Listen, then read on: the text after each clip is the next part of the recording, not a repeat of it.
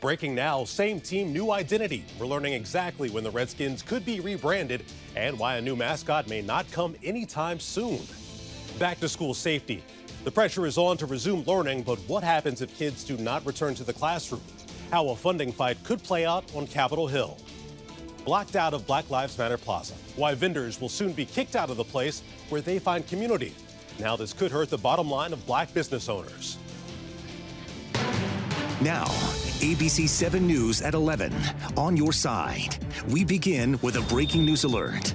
That breaking news that the Washington Redskins review of its team name could be over by tomorrow, and time is ticking down.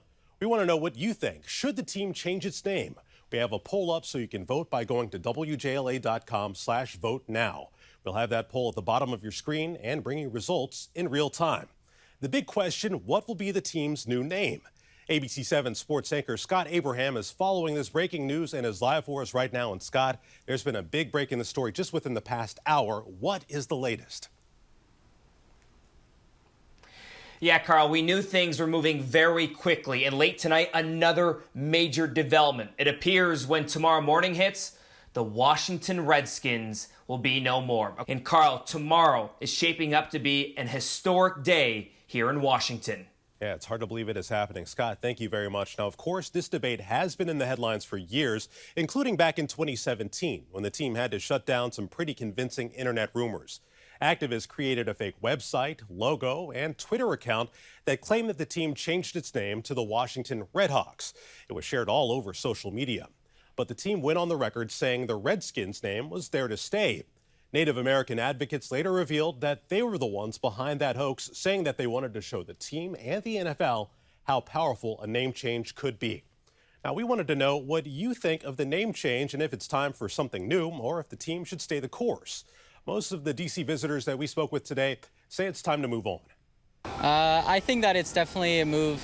I think it's the right move. It's worth, it was probably something overdue for the people that live in D.C. I think that most people were in favor of changing the name, especially, well, obviously because of the racist connotation. I can understand how it could be offensive to many, but, I have no mind with changing it because, it's a positive change. It's not nothing negative. It's more so going into a positive direction, so I don't really see much of a big deal about it. I think it needs to be done, and I think it's something that we've been discussing for a long time. I think it's overdue. Well, some of the name change options that we've heard from you on the street and on social media, the D.C. Warriors, of course, the Washington Braves, and the Washington Red Wolves. One Facebook follower even said the team should be called the Washington Bipartisans. Well, the sponsor of the team's stadium, FedEx, has formally asked the team to consider a name change, and Amazon, Walmart, Target, and Nike have pulled the team's gear from their websites. Well, we want you to join in and join us and voice your opinion. We'll be holding a virtual town hall next week to discuss the racial divide, football, and the Washington Redskins. A look at how the team's name change sparked a nationwide debate. That's Tuesday night over on WJLA 24/7 News. And your votes are rolling in right now on our web poll, and so far, 56% of you say the name should be changed. And we want to know what you think. Should the team change its name? You can still vote right now. Just go to WJLA.com/vote now to let us know what you think. And we are turning now to weather and taking a look by where it is still warm out there, even though it's dark out there. Meteorologist Brian Vandergraff is tracking the temperatures and a few showers. Brian. Touch on that coming up in the full report. All right, Brian, see you then. And to our coverage of the coronavirus pandemic now, where there are now big questions about the return to school, if it will be safe for students and how CDC guidelines will be implemented. 7 is on your side with team coverage tonight from how school funding is playing a big role in the debate over reopening to the fight over what's considered a valid choice for the new year ahead. We begin with ABC 7 Northern Virginia Bureau Chief Tim Barber. There is nothing in the data that would suggest that kids being back in school is dangerous to them. Reporting in Fairfax County, Tim Barber, ABC 7 News. Well, another question for parents and school officials. If students do not return to the classroom, what will happen to school funding? Sinclair National correspondent Christine Frizzell continues our team coverage with the debate over how to move forward. I'm Christine Frizzell reporting. Now past 150,000 cases of COVID-19, seeing a jump in the region after reopening. In the district, there are more than 10,000 confirmed cases, and the positivity rate for residents is more than 6%. And while the number of cases is lower than it was back in April, the numbers are climbing back up. And in Virginia, there are now 67,000 cases, with most patients only 30 to 39 years old, and those in their early 20s are right behind them in the numbers. Maryland continues to have the highest number of cases and deaths, but its positivity rate is lower than the districts at 4.45%. But Prince George's County and Montgomery County have the highest infection numbers. Well, several well-known Ocean City bars are closed once again after reporting that some of their employees have COVID-19. Taking a live look at Ocean City right now, where the economy was just beginning to recover after having to shut down for months. But now 4 bars, including Fishtails and the Salty Dog Saloon, are closed. Through social media posts, managers said staff members have either tested positive or they are still waiting for their results.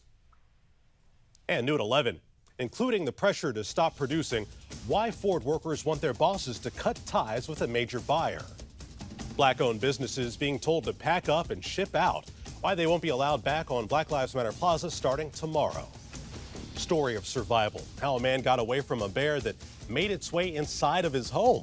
The 2 things he did to escape. You're watching ABC 7 News at 11 on your side.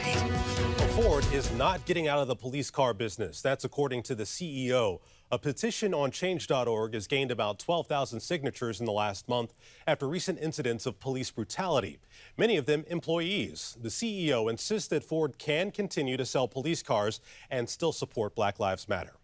An Alabama man who walked nearly 1,000 miles from Huntsville, Alabama to Minneapolis finished his journey today.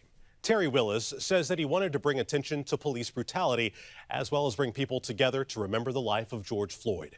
He ended his month-long journey at the spot where Floyd was killed. And while there, the Minneapolis mayor honored Willis's accomplishment by declaring the day Terry Willis Day. And this is the last night for vendors to sell their art, clothing, and goods on Black Lives Matter Plaza. That's because they have to be out by tomorrow. The D.C. Department of Consumer and Regulatory Affairs will designate the area a no vending zone tomorrow. Vendors tell us they are not sure why the space that's being used to bring people together is getting cleared out. We have become like a community. We're like family. I thought that was so special. It really, to me, embodied kind of why we're here, empowering each other from a Black empowerment standpoint. Well, vendors say they were not given a reason why they have to leave. 7 on Your Side reached out to a D.C. agency and the mayor's office. We will let you know when we hear back. President Trump's decision to commute the sentence of Roger Stone is drawing criticism from Capitol Hill this weekend. But Stone is not apologizing. He told me that he had decided to use his extraordinary powers of clemency to commute my sentence. This decision comes just days before the former campaign advisor was set to begin his prison sentence for lying to Congress, witness tampering, and obstructing the House investigation into Russian meddling in the 2016 election. House Speaker Nancy Pelosi says the president's decision is corrupt. People should know this isn't just about lying to Congress. That means lying to the American people, witness tampering and the rest. And it's about our national security. Last week, Attorney General William Barr said that Stone's 40-month sentence was fair, but Stone will not serve a single day of that prison sentence. New tonight, the so-called Streetery in Adams Morgan is turned into a parking spot eatery. 18th Street is back open to cars, but there are barricades keeping them out of the section reserved for parking. That allows restaurant owners to serve customers in that portion of the street. They say it comes in handy because not all customers feel safe eating indoors right now. It does have to do with just being comfortable going inside for extended periods of time. So I think that right now I just feel more comfortable being outside in the open air. Oh, the big question, how long will it last? A spokeswoman for Tryst says the company is waiting on guidance on how long they'll be able to operate like this and if any other requirements will be necessary. And the big question in weather is, will we break this streak? 17 days strong with 90 degrees or higher, trying to get to what, 2021? Is that the record? 21 would tie it, Carl. 22 would break the record, and it's doable. But today we just barely made it to 90. And of course, don't forget to join us in 10 minutes for ABC 7 Sports Sunday. We'll talk with former Super Bowl MVP Mark Rypien and DC United's Felipe Martins. That's in 10 minutes. Carl. Olivia, can't wait to see it. Thank you very much. Now we have a final look at the results of our viewer poll. We asked you at the top of the show if the team should change its name. You logged on to WJLA.com/vote now, and 50% of you say the name should be changed. 46% of you say the name should not be changed. Very close right there, and thank you for voting. Well, still ahead, Black Bear Brawl, the two things a man did to escape a bear that made its way into his home. That's coming up. The search for TV star Naya Rivera is set to continue in California tomorrow. Crews expanded their search today to the area surrounding Lake Piru, where her son was found alive. This is new emotional video out of Ventura County, where Rivera's mother visited the scene and fell to her knees. So emotional, her son had to help her away. Deputies spent day 5 looking in cabins and outbuildings all around that lake. Well, tonight, a Colorado man is injured but alive after a bear came into his home. He says that he heard noises and went to investigate when he turned the corner and found a black bear. Literally thought I might be dead. I turned around the hallway and looked him straight in the face, and he just went bam and hit me with his paw one time. Well, he says the man ran away and found a table big enough to separate himself from the bear, then started to scream and make as much noise as he could to scare that bear away. Well, next at 11, we are tracking a small dip in temperatures. Does that mean the end of our heat streak? A look at the numbers coming up next. Well, if you need something to look forward to during these unusual times, there is always wine. The Hallmark Channel is pre-selling 2 Christmas-themed wines right now. The Cabernet Sauvignon offers notes of holiday spice, while the Sauvignon Blanc is supposed to have joyous finish. They don't say it's Christmas in July for nothing. And here to bring us another joyous finish to the night, to the newscast, of course, Brian Vandegraff. Maybe some wine. Oh, on the man, deck Carl, there I don't later. know it's just a little bottle of water right now. The wine will happen momentarily. Hey, let storms possible later in the week as 90s linger into next weekend. Carl? All right, here's a water cheers to you, Brian.